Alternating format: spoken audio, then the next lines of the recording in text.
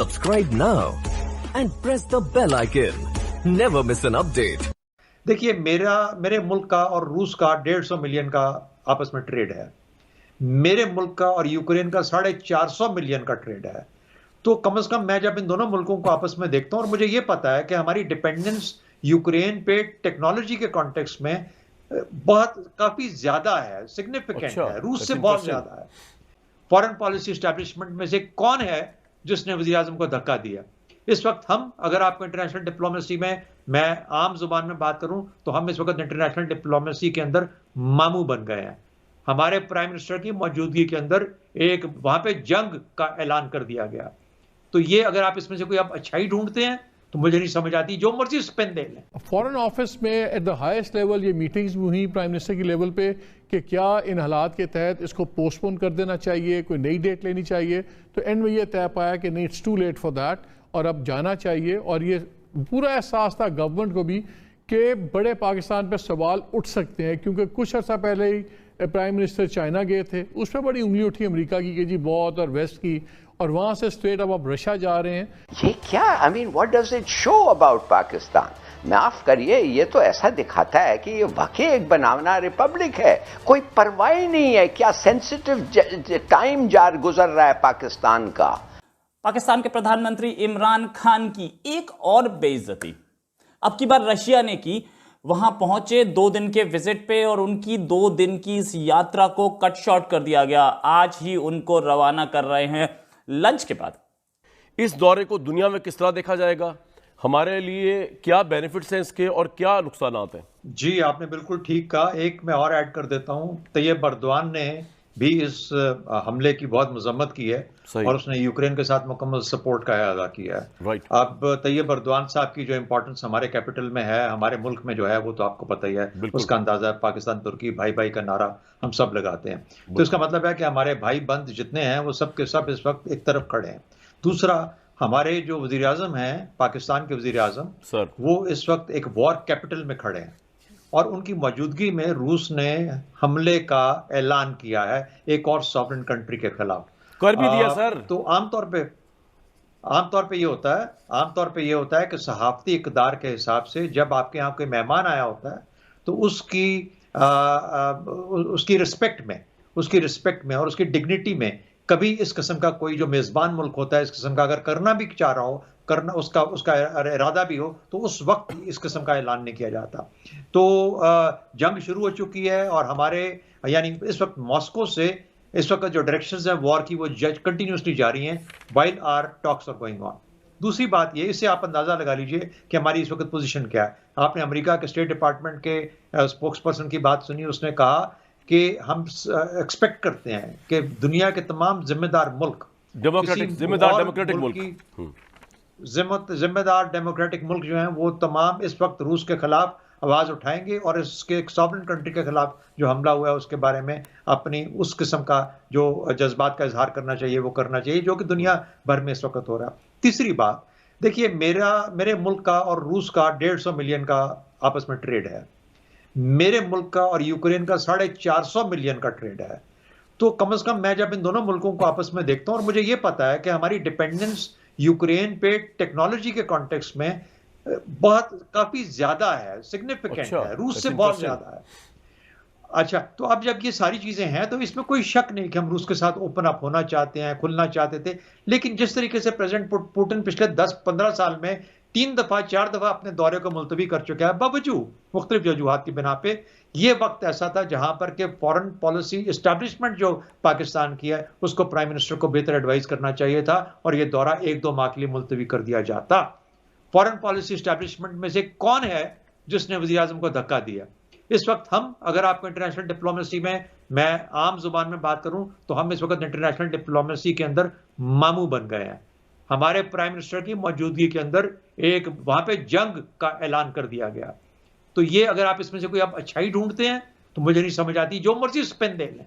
आप ही के चैनल के और बहुत बाकी जो चैनल्स के इस वक्त बड़े काबिल वहां पर हमारे जर्नलिस्ट गए हुए हैं। 5 बजे, आज शाम के 5 बजे जो उनके रिपोर्ट्स थी, उनका टोन डिफरेंट था।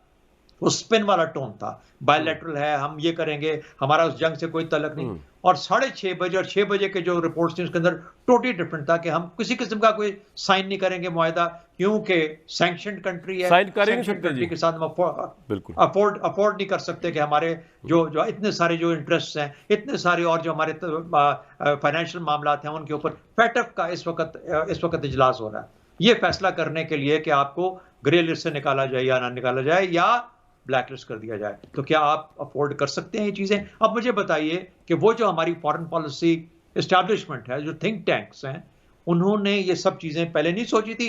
एक हफ्ता हो गया हम सबको शोर मचाते हुए चैनल्स के ऊपर, लेकिन उसको दिफा करने के लिए और स्पिन और ट्विस्ट देने के लिए हमेशा कोई ना कोई एस्टैब्लिशमेंट से आ जाता है। तो मेरा ख्याल है कि the prime minister has been badly advised, बड़ा गलत इल टाइमली विजिट था, इसको पोस्टपोन किया जाना चाहिए था। और बेशक हम रूस के साथ अच्छे तल्लुकात चाहते हैं, लेकिन ये वो वक्त नहीं था जहां पे हमारे वज़ीर आज़म मॉस्को में पुतिन के साथ इस तरह पाए जाते, खड़े हुए नजर आते। ये जो फॉरेन पॉलिसी के एरर्स होते हैं ना, ये नस्लें भुगतती हैं, नस्लें इनको बर्दाश्त करती हैं जो फॉरेन पॉलिसी के अंदर गलतियां की जाती हैं। तो ये सब, ये भी बड़ाई होती है, ये पहचान लेना, ये सोच लेना कि ये गलती है या नहीं है। पाकिस्तान के हक में सिर्फ इस वक्त पीटीआई नहीं सोच रही, मैं तो पाकिस्तान के वज़ीर आज़म का जिक्र किया, मैंने तो ये जिक्र किया, मैंने ये कहा कि पता करो किसने धक्का किसने दिया। मेरा अपना ख्याल ये है कि बजाय सफ़े मातम बिछाने के इस वक्त करेक्टिव और रियलिस्टिक एनालिसिस करके ये सोचें कि अच्छा इसमें से किस तरीके से अब हम रिकवरी करेंगे। ऑलरेडी आपके मुल्क के बारे में IMF और FATF और बाकी मामला आ रहे हैं, आपकी की सारी जो आपकी ट्रेड है वो तो यूरोपियन यूनियन और रूस के साथ एक्सपोर्ट्स होती हैं, अमेरिका के साथ एक्सपोर्ट्स होती हैं। आप तो आपके तल्लुकात तो यूक्रेन के साथ ज्यादा हैं ट्रेड के एज कंपेयर टू रशिया। तो ये होने वाली बातें, इवन अगर नेशनल इंटरेस्ट के पॉइंट ऑफ व्यू देखा जाए तो जब आपकी बात समझाऊं तो इस दौरे को डेफर करना चाहिए था, लेकिन मैं पॉलिटिकल व्यू भी लूंगा और फिर बदल साहब के पास आऊंगा। बिल्कुल ठीक सर, आपका पॉइंट ये आ गया। दूसरी मुझे जी देखिए जी शहजाद साहब, मैं कह रहा हूं हम 30 साल से लगे हुए हैं रूस के पीछे तल्लुकात बनाने के लिए। हर मर्तबा रूस ये कहता है कि चूंकि उसके भारत के साथ बहुत करीबी तल्लुकात हैं और वो बिजनेस जो 70-80% उसकी इन्वेंट्री है रशियन वेपन्स की, उसके ऊपर अपनी वो बिजनेस खराब नहीं कर सकता, इसलिए पाकिस्तान के साथ खुल के उसने मिलिट्री रिलेशनशिप कभी स्टैब्लिश ही नहीं कर पाया आज तक। और अब भी हर चीज को सामने रखना, अब भी अगर कोई बात तय हुई होगी तो नहीं बचाना, बिल्कुल पाकिस्तान का इंटरेस्ट को नहीं बचाना, पाकिस्तान को बचाना है। क्योंकि प्राइम मिनिस्टर तो आज ये है, कल कोई और होंगे, लेकिन Pakistan is here to stay इंशाल्लाह फॉरएवर। पाकिस्तान के प्रधानमंत्री इमरान खान की एक और बेइज्जती अब की बार रशिया ने की। वहां पहुंचे 2 दिन के विजिट पे और उनकी 2 दिन की इस यात्रा को कट शॉर्ट कर दिया गया। आज ही उनको रवाना कर रहे हैं, लंच के बाद उनका रवानगी हो जाएगी। कल उनके पास आइटिनरी में बहुत सारे काम थे, लेकिन ये काम वो पूरे नहीं करेंगे। द रीजन बीइंग के रशियंस ने बोला, रशियंस को बुरी लगी कोई बात, या रशियंस अपनी वॉर में बिजी हैं, क्या रीजन है हमें नहीं पता। लेकिन कल की उनकी आइटनरी में कोई रशियन वो नहीं था, कोई रशिया से इंटरेक्शन नहीं था, रशियन किसी भी ऑफिशियल से इंटरेक्शन नहीं था। रशिया के जो प्रेसिडेंट हैं उनसे मीटिंग हो गई, लंच पे मीटिंग थी। लंच पे मीटिंग के बाद उनके कुछ शेड्यूल्स थे, वो शेड्यूल पूरे नहीं किए गए और उनको रवाना कर दिया गया। ये पहली विजिट थी किसी पाकिस्तानी प्राइम मिनिस्टर के 23 साल में, और वो भी कुछ ऐसी रही कि उसको भी कट शॉर्ट कर दिया गया। पाकिस्तान को बुरा जरूर लगा होगा, लेकिन इससे पहले उन्हें बुरा लगने की बात थी। रशिया के डेप्यूटी फॉरेन मिनिस्टर उनको रिसीव करने आए थे, और ये चीज़ वहाँ पे चाइना में भी हुई थी, जब डेप्यूटी फॉरेन मिनिस्टर आए थे तब भी बुरा लगा था। लेकिन दोनों तरफ बेचारे क्या बोलते, अब उनके पास बोलने के लिए कुछ नहीं था। उन्होंने डेप्यूटी फॉरेन मिनिस्टर को बोला, what a time I have come, so much excitement. अब इनका कहना यूक्रेन की ओर था या अपने विजिट पे था पता नहीं, लेकिन डेप्यूटी फॉरेन मिनिस्टर ने बोला absolutely this is the right time to come. अब ये बात शायद बुरी लगी हो, हमें नहीं पता, लेकिन अभी उनके पास शेड्यूल बहुत थे, लेकिन मतलब कल का जो उनका शेड्यूल था उससे पहले ही इन्हें रवाना कर दिया गया। उनकी विजिट में एक इस्लामिक सेंटर को विजिट करना था। ये जो मैं आपको स्क्रीन पर दिखा रहा हूँ ये उनका शेड्यूल था, और अननोन सोल्जर्स की टूम पर जाना था, वहाँ पर जाकर के अपनी श्रद्धांजलि देनी थी। फिर उसके बाद एक न्यूज़ एजेंसी रशिया की स्पुतनिक उसको इंटरव्यू देना था, पाकिस्तानी मीडिया से बात करनी थी।